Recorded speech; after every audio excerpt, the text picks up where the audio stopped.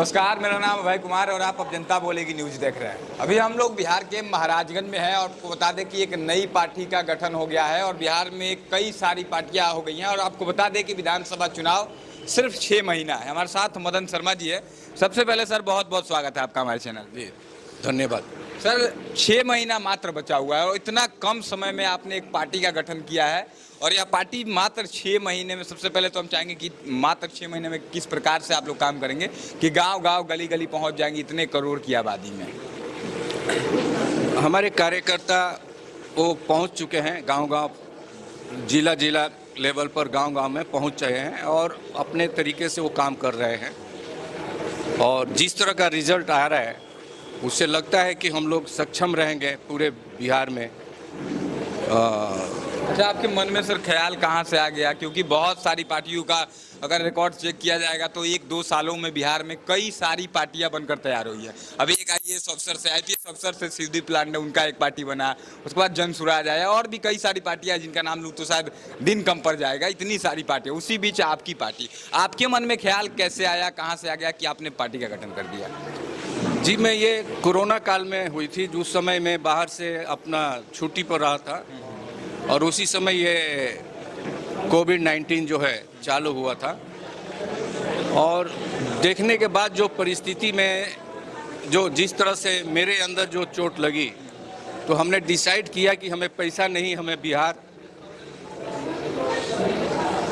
ये भावुक हो रहे हैं सर, और बिहार के नाम पे मतलब कहीं ना कहीं प्रेम इनके अंदर वो आया। क्योंकि सर आप, मुझे पता चला कि विदेशों में ज़्यादातर समय आपका व्यतीत हुआ है। कितने साल से आप विदेश में लगभग रह रहे थे?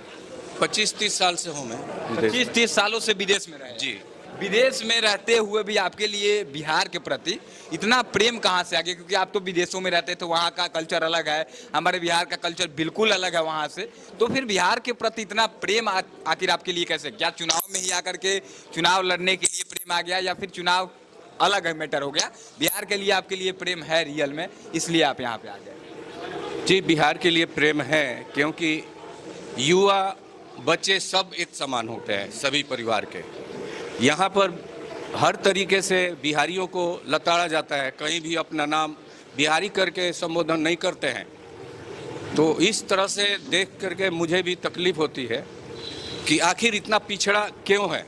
1947 से ये बिहार को अलग तरीके से क्यों रखा गया है? इसको या तो कोई इनको सही डायरेक्शन नहीं मिली है, एजुकेशन नहीं मिली है, गाइडलाइन नहीं मिली हुई है, तभी तो ऐसे है। एक परिवार में बच्चे अगर खराब हो जाए तो ये माँ बाप का तकलीफ है, माँ बाप का ड्यूटी होती है उसको संभालने का। उसी तरह से मुझे लगता है कि यहाँ पर बिहार के लिए ऐसा कोई प्लेटफॉर्म नहीं है या ऐसा कोई लोग नहीं है जो उनको सही दिशा दे सके। अब जो है इस प्लेटफॉर्म को, नया प्लेटफॉर्म को हमने ये लॉन्च करने का डिसाइड कर लिया था और ये उसी समय से हमने सर्वे कर रहा था बिहार को, चुपके चुपके सर्वे कर रहा था कहाँ पर किस तरह का इंडस्ट्री लगा जाएगा, कैसा प्रोफेशनल यहाँ पर है, ताकि वो एडजस्ट हो जाए। इसी तरह से वो गाड़ियों में जानवर के जैसा भर करके वो जाते हैं और फिर कोई भी त्यौहार होता है तो वो वापस आते हैं। तो ये सारे चीज़ें बहुत कठिन वाली चीज़ है जो कि ये बर्दाश्त करने की बाहर है। ये हर तरीके से ऐसा क्यों नहीं, अलग अलग राज्यों में ऐसा क्यों नहीं है? Why it is in Bihar?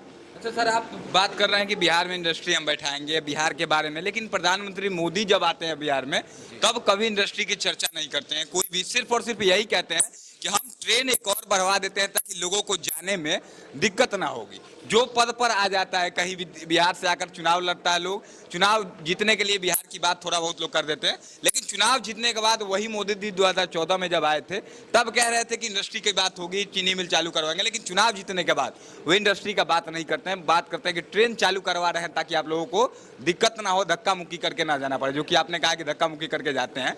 तो ये बात आप कह रहे हैं, मोदी जी क्यों नहीं कहते हैं जब बिहार आते हैं? तो पहले करते थे। वो ट्रेन चलाने का उनका सोच है ताकि जो युवा यहाँ से दूसरे प्रदेश में जा रहे हैं वो ठीक से जाएं और आएं। ठीक है, यहाँ पर इंडस्ट्री अगर लग जाएगा तो दूसरे वाले इंडस्ट्री बंद हो जाएंगे।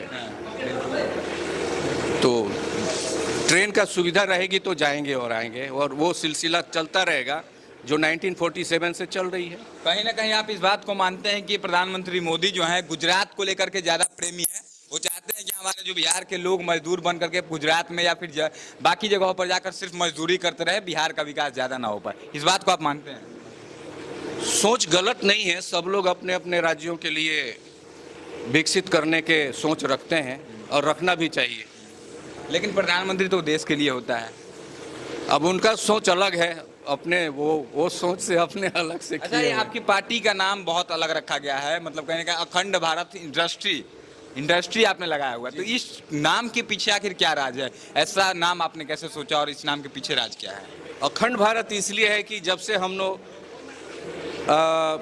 जो भी है अखंड भारत में अभी जो भी राज्य है, इसमें कोई तरह का बदलाव नहीं हो, और ना तो हम उसको बर्दाश्त करेंगे। अभी इसके आगे जो हो गया है, जो है उसमें हम बर्दाश्त नहीं करेंगे, इसलिए अखंड भारत है हमारे लिए अखंड भारत है ये।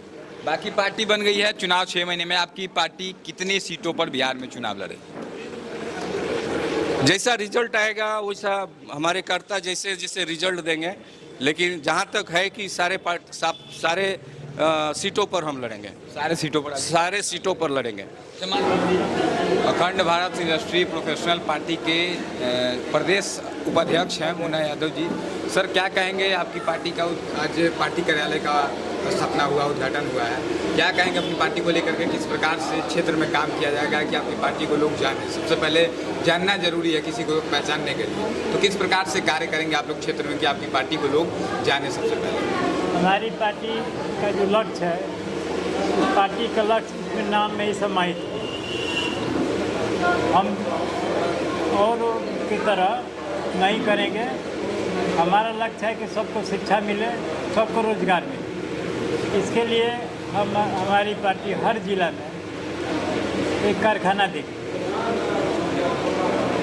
जिससे सबको रोजगार मिलेगा। अनपढ़ अंगूठा छाप दिया तो उसको भी रोजगार मिले, पढ़ा लिखा है तो उसे भी रोजगार मिले, ताकि उसके परिवार का भरण पोषण हो सके, उनके बाल बच्चे शिक्षित हो सके। बाल बच्चे शिक्षित होंगे तो उनका विकास होगा, तो प्रदेश का विकास होगा।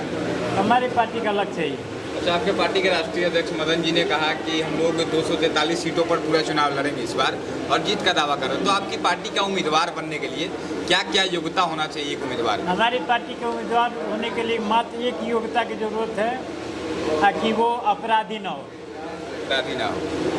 साफ सुथरा छवि का हो, निहायत गरीब हो।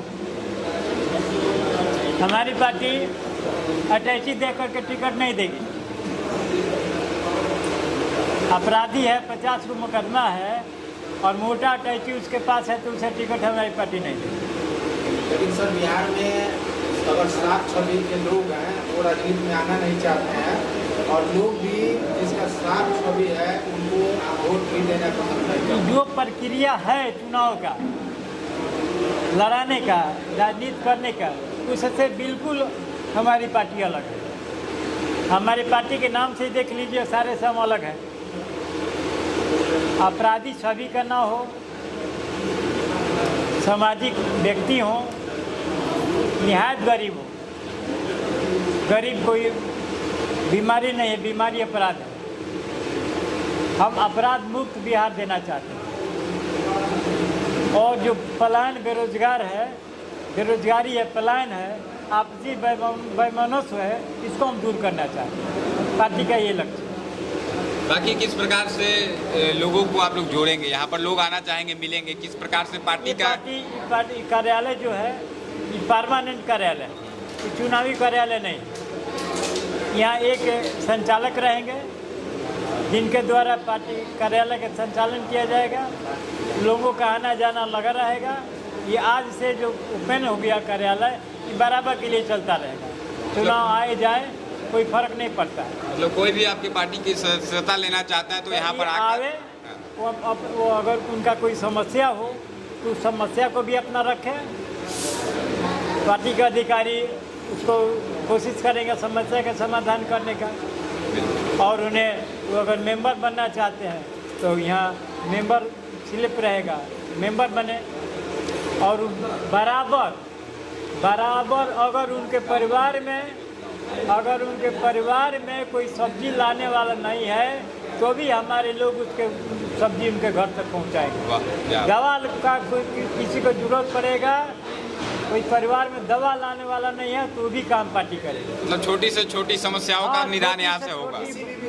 किसी भी पूरे बिहार में अभी फिलहाल, इसके बाद इस काम को हम अगला बार 2026 में बंगाल में ले जाएंगे, 27 में यूपी में ले जाएंगे, 28 में झारखंड ले जाएंगे। ऐसे हर राज्य दर राज्य हम बढ़ते जाएंगे। चलिए अंत में सर जाते जाते बिहार की जनता, जो भी लोग आपको देख रहे हैं अभी, सभी लोगों से क्या अपील करेंगे आप जाते जाते? हम ये अपील करना चाहते हैं कि विकसित बिहार बनाने के लिए ही हवाबाजी वाला विकसित बिहार नहीं, वाजिब में विकसित बिहार बनाने के लिए पार्टी के साथ जुड़े और पार्टी को अपना परिवार मान करके एकजुट होकर के, एक मुश्त होकर के पार्टी को मजबूत करे।